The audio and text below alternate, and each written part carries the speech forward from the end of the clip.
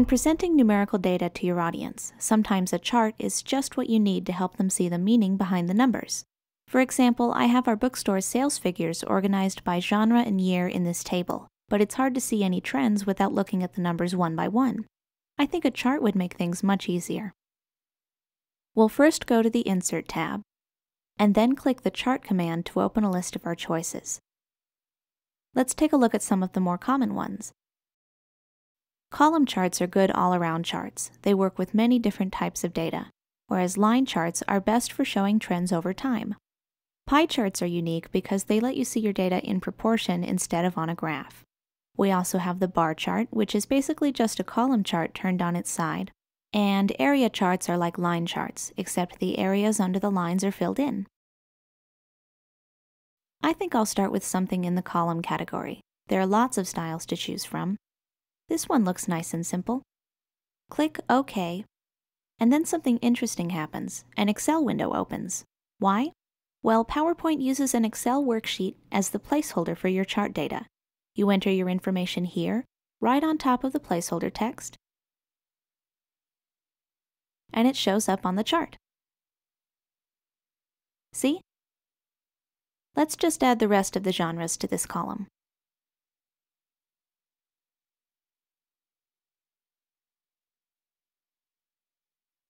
Now all we need to do is fill in our sales figures. We're going to be covering the last 5 years, from 2006 to 2010.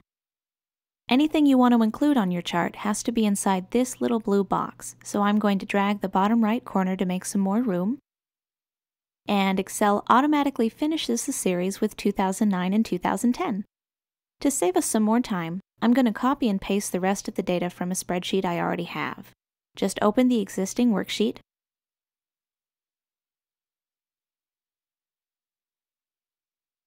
copy the data you want to use, then paste it in the placeholder. Notice how the chart in PowerPoint was updated right away? There's no need to save, not even when you close the Excel window, because PowerPoint automatically keeps up with you while you work. To go back and make changes, all you have to do is click the Edit Data command, and the Excel window will open again. You can even import a chart from Excel, which is what I was planning to do on the next slide.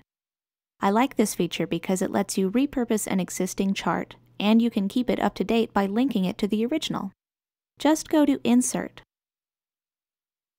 Object, and choose Create from File. Browse to find the right file on your computer. Then check the link box if you want to create that link, meaning that any changes you make to the original will be reflected here too. Just be careful not to move or delete the original file. If the location of either the PowerPoint or the Excel file changes, you may have to insert the chart again in order for it to display properly. And here's our second chart, a pie chart this time. Charts can be as simple or as complex as you like in PowerPoint. I think the audience will appreciate how easy it is to understand the data when it's visualized in such a clear way. Like what you just saw? Rate it. Add a comment. Subscribe to our channel. The freedom to learn. What you want, when you want. Absolutely free.